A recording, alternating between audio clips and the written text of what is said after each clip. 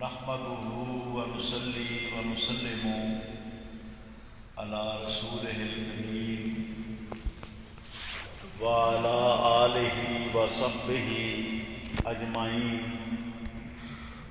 أما بعد، أعوذ بالله من الشيطان الرجيم. بسم الله الرحمن الرحيم. كونوا مع الصادقين. صدق الله مولانا العظيم. ہم دو صلوات کے بعد میں بڑی اہم باتیں کہنا چاہتا ہوں. پہلی بات تو یہ ہے کہ میں نے 1965 میں اپنی جدوجہد شروع کی تھی. جب 65 کی جنگ تھی پاک انڈیا کی، تو میں پراٹھے پکوا کے جی ٹی روڈ پر جا کے فوج کی گاڑی گزرتی تھی، ان کو روک روک کے پراٹھے تقسیم کرتا تھا. یہ میری جدوجہد کا آغاز ہے سن 65 میں. حافظ خادم حسین صاحب اس کے بعد 66 میں پیدا ہوئے.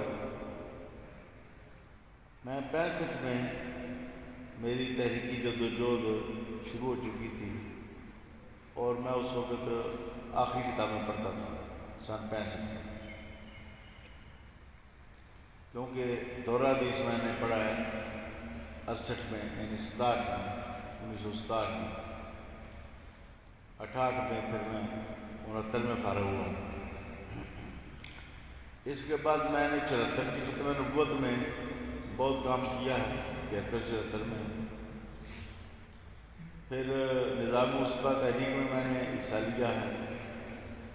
ملتان سنی کانفرنس میں، رائے گڑھ سنی کانفرنس میں میں گیا ہوں. جماعت اہل سنت میں اول سے آخر تک ساتھ رہا ہوں، ضلعی ناظم اعلیٰ سے لے کر صوبے کا صدر بننے سے لے کر مرکز کا مرکزی ناظم اعلیٰ بننے تک. پھر میں نے عالمی تنظیم اہل سنت کی بنیاد رکھی، کیونکہ حضرت آمنہ کی قبر جو ہے اس پر بلڈوزر پھیر دیا سعودیوں نے. میں نے پہلی بار سعودیوں کے خلاف مظاہرے کرائے. جماعت اہل سنت کی جب میں نظامتی میرے پاس، میں نے لاہور سے لے کر مظفر آباد تک جہاد کشمیر کاروان چلایا. صدر آزاد کشمیر نے اس کا استقبال کیا. اس میں نورانی صاحب بھی شامل ہوئے اور بھی بڑے بڑے لوگ ہوئے. میرے زیر قیادت تھا کاروان. راولپنڈی میں نورانی صاحب شامل ہوئے اور بھی لاہور کے مفتی عبدالقیوم صاحب نے الوداع کیا، مفتی اعظم نے. پھر کاروان امن چلایا کراچی تک لاہور سے لے کر. پھر جو مہاجرین کشمیر تھے ان کے لیے مدرسے قائم کیے، ان کے لیے مسجدیں بنائیں، ان کے لیے کام کیا بڑا. مظفر آباد میں ارد گرد میں پانی کا انتظام کیا. سردیوں کے راتوں میں ہم سفر کرتے، ساری رات سفر کرتے، سارا دن کام کرتے. پھر حضرت عامرہ کی قبر جو گرائی گئی، شہید کی گئی، ان کی والدہ پائیدہ کی، تو میں نے اسلام آباد میں مظاہرہ کرایا. پورے ملک کے علماء آئے. پھر میں نے لندن میں کرایا، برطانیہ میں، پھر امریکہ میں. پھر سینکڑوں کانفرنسیں کرائیں، لاکھوں خطوط لکھے، بادشاہوں کو، علماء کو، مدارس کو، اکابرین کو بیدار کیا، اٹھیں. پھر عالمی تنظیم اہل سنت کے پلیٹ فارم سے ترجمہ کنز الایمان منظور کرایا نواز شریف کو، یہ کہہ کر کہ آپ کے دروازے پر بہت بڑا احتجاج ہوگا. پھر مذاکرات ہوئے، وہ ٹی وی پر لگ گیا. پھر مشرف نے بند کر دیا.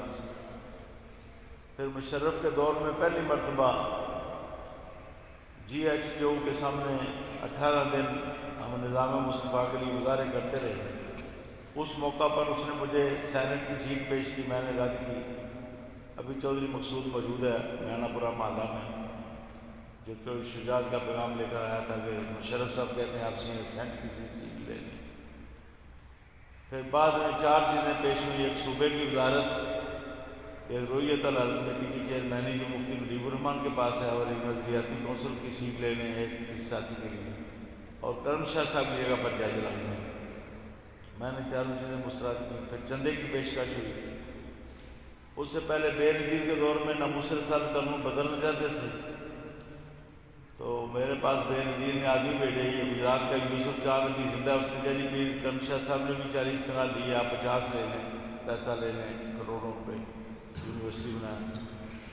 میں نے کبھی کسی کی رشوت قبول نہیں کی۔ حضرت آمنہ کی تحریک میں ایران نے مجھ کو پیشکش کی کہ آپ سعودیوں سے لڑیں اور پیسہ ہم کرتے ہیں اور پیسہ بہا دیتے ہیں آپ کے ساتھ۔ ادھر سعودی عرب نے کہا کہ آپ تحریک نہ چلائیں، آپ پیسہ لے لیں۔ یہ شریف میرے پاس آیا جاتا ہے، جو بڑے پیٹ والا ہے حزب اللہ میں، کہ آپ سے ملاقات کرنا چاہتا ہے سعودی عرب کا سفیر۔ میں نے کہا نہیں، وہ تو عقیدہ ہی اور ہے اور ہمارا عقیدہ جو ہے اور ہے، کیسے ملاقات کریں ان سے؟ پیسے لینے کے لیے میں ملاقات نہیں کرنا چاہتا۔ پھر صدر صدام نے دعوت دی، اس نے پیشکش کی، ہم نے اس کو مسترد کیا۔ ہمیشہ میں نے یعنی اخلاص کی بنیاد پر کام کیا للہ، اللہ تعالیٰ کی مدد بھی آتی ہے۔ پھر فضل کریم صاحب کے ساتھ مل کے سنی اتحاد کونسل میں نے بنایا تھا، میں اس کا چیئرمین بنا تھا پہلا سنی تنظیمات کا، میں نے پھر ان کو دے دی چیئرمین۔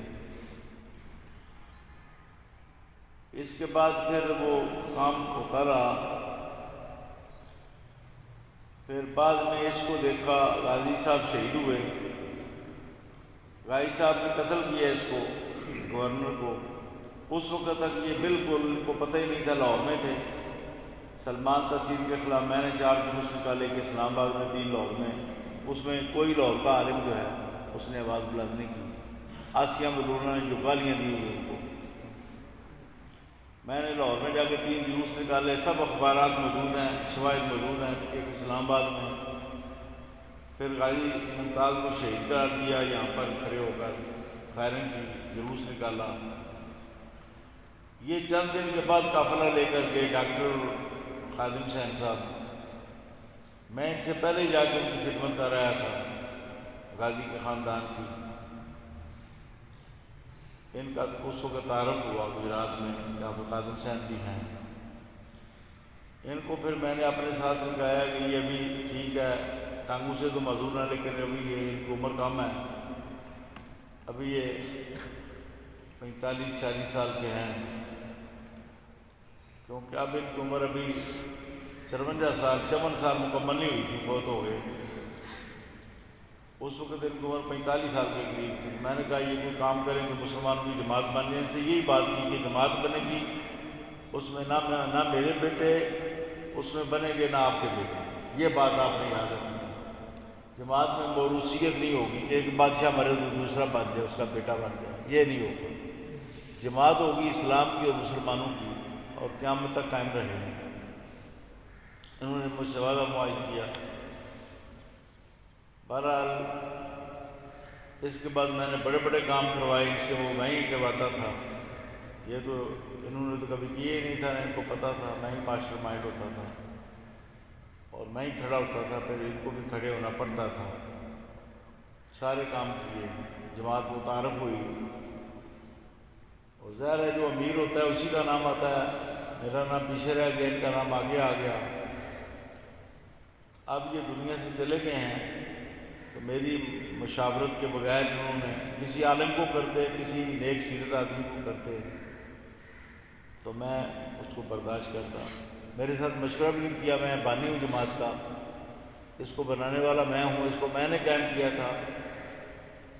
غازی صاحب کی وفات سے پہلے تحریک کا نام تھا تحریک رہائی غازی ممتاز صاحب، اس میں نہیں سب سے زیادہ قربانی دی۔ میرے بینک ابھی تک بند ہے مدرسوں کے، میرے ہمارا لندن والا مدرسہ بھی جو ہے باہر والا، اس میں بھی ہمارے ناموں پر قلم پھینک دی گئی ہے۔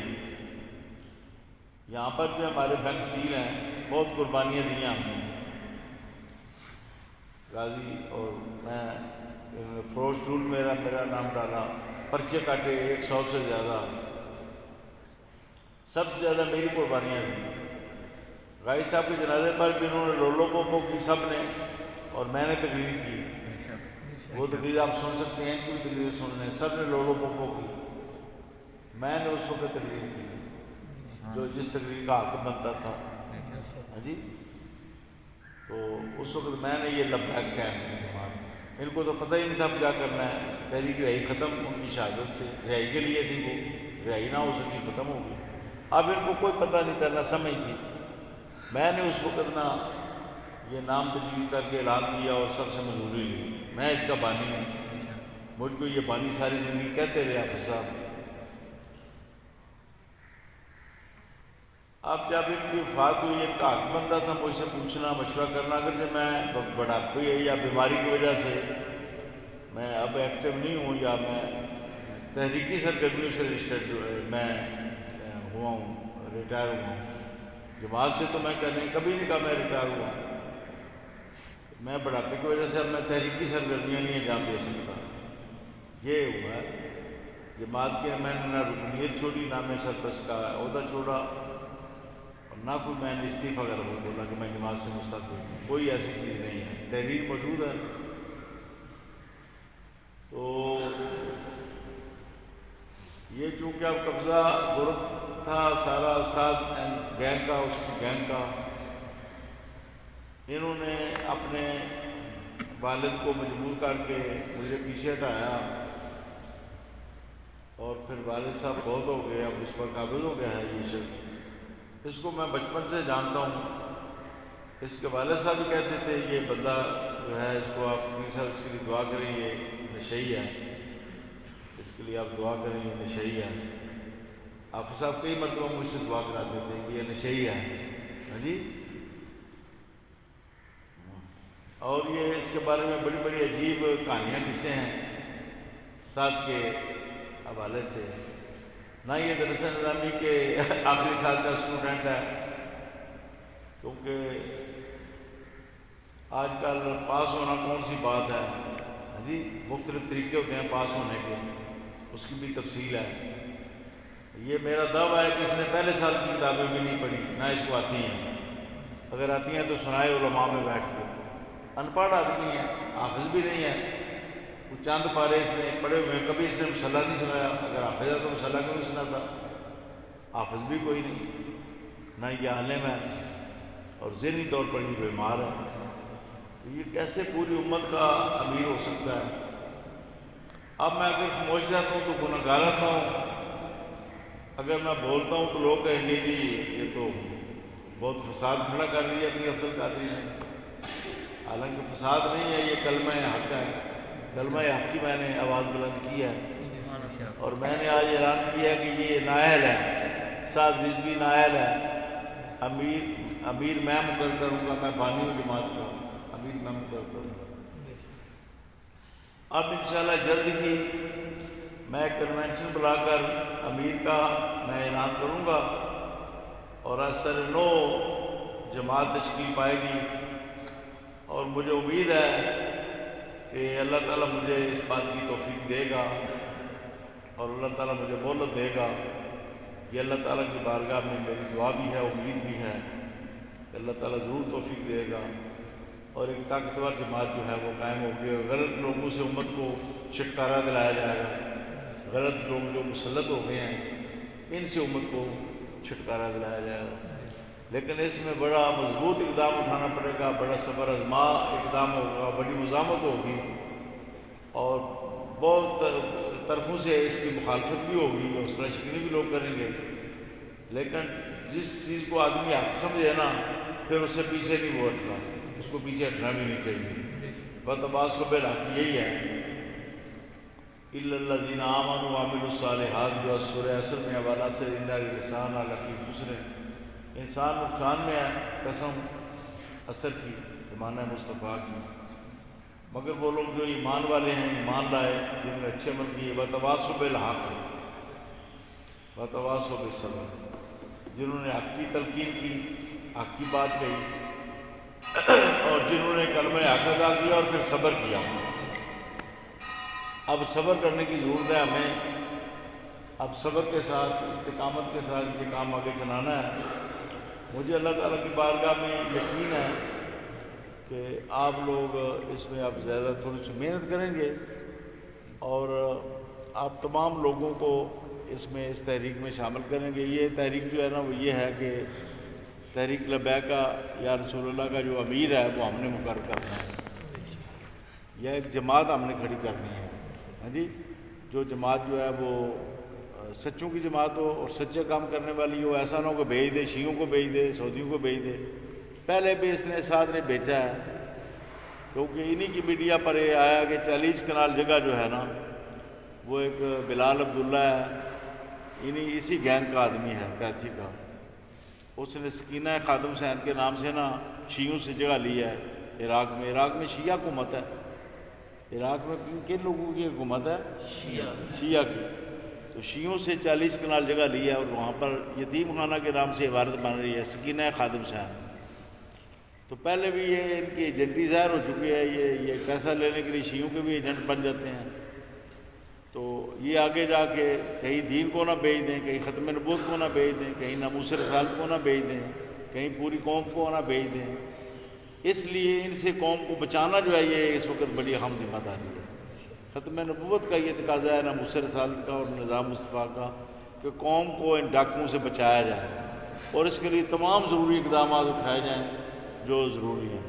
باقی یہ لوگ جو بھی نقطہ اٹھائیں گے میں انشاءاللہ اس کا جواب دوں گا. پریس کانفرنسیں کرنی پڑی تو میں کروں گا تمام بڑے شہروں میں, اور میں انشاءاللہ تعالی میری یہ کوشش ہوگی کہ میں قوم کو صحیح امیر دوں, اور جو صالح ہو, جو عالم ہو, اور جو شخص دلیر ہو, اور جو یہ کام آگے بڑھا سکے لبیک کا.